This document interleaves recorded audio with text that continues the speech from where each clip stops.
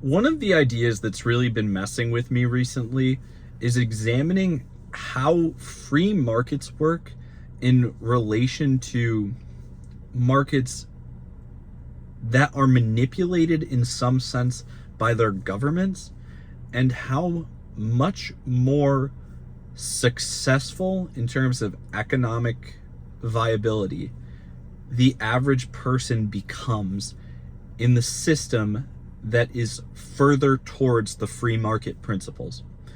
And one of the things that really messes with me when I hear a lot of modern discourse is that people discuss things in terms of reform.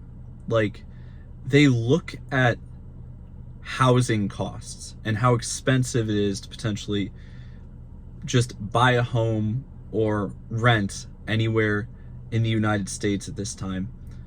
And they kind of generically say that there needs to be sort of reform, but I look at it kind of the opposite way. It's not that there needs to be reform, because that almost pushes on the idea that there needs to be more restrictions in place for certain things to happen, when I think it's actually the opposite issue. And I think it's that there needs to be less restrictions on things.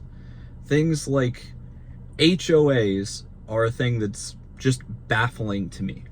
But even more so, any sort of zoning restrictions at all, when you purchase something that is private land and your own, but then you're told how you can actually utilize that space in terms of land, which we say can be privately owned, that's wild to me. I can't believe that's how we operate, that we restrict people's abilities to do anything with the land they own.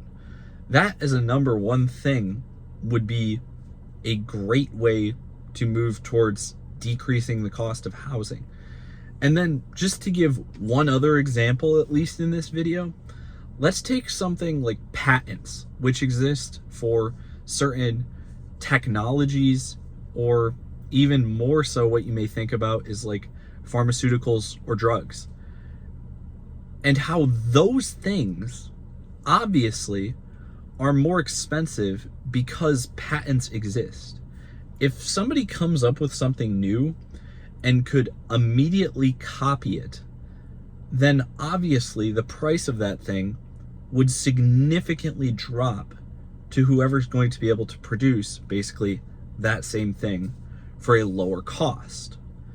I'm not necessarily arguing here the merit of any specific laws relating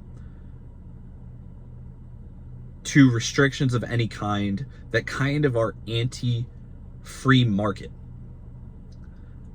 especially in the realm of patents, which I used as an example.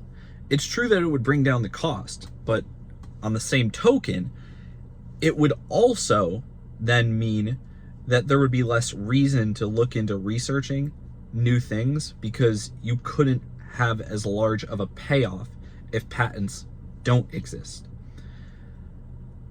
With that being said, though, the principle holds true that I initially stated, which is that free markets generally bring prices down. And even when you attempt to manipulate markets in different manners, what usually ends up happening is the thing you don't want to happen, which is that there ends up being a black market of some sort for things, if it's just say a good that has its price limited or something like that, or it has its price inflated because it's restricted in some sort of manner, like I said with housing.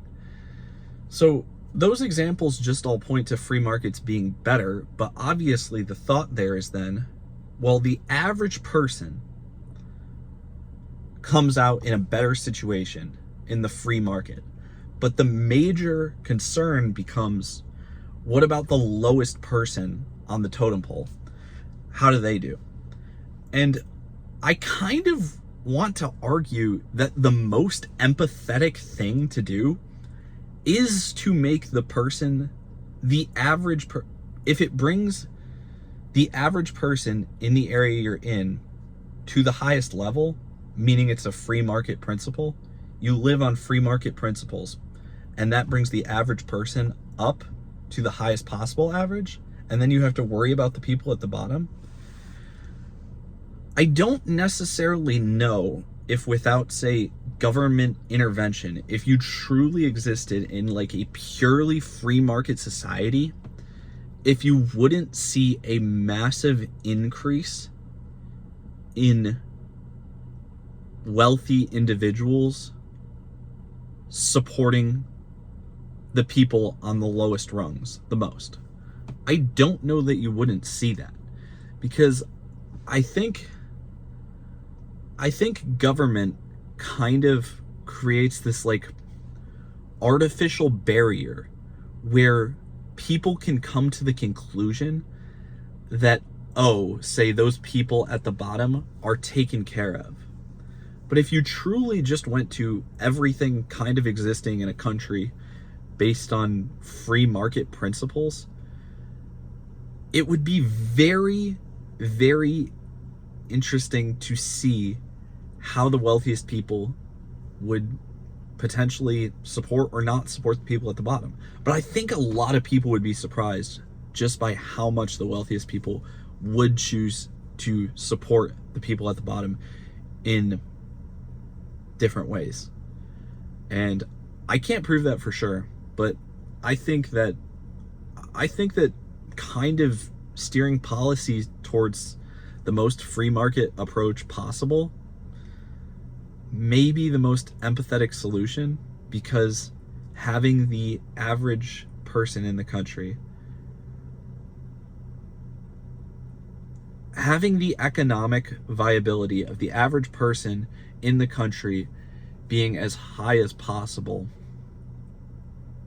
while potentially not necessarily having as many obvious solutions for the person at the bottom, may push more people with their created wealth to support those people and allow free markets to be the most empathetic solution to policy.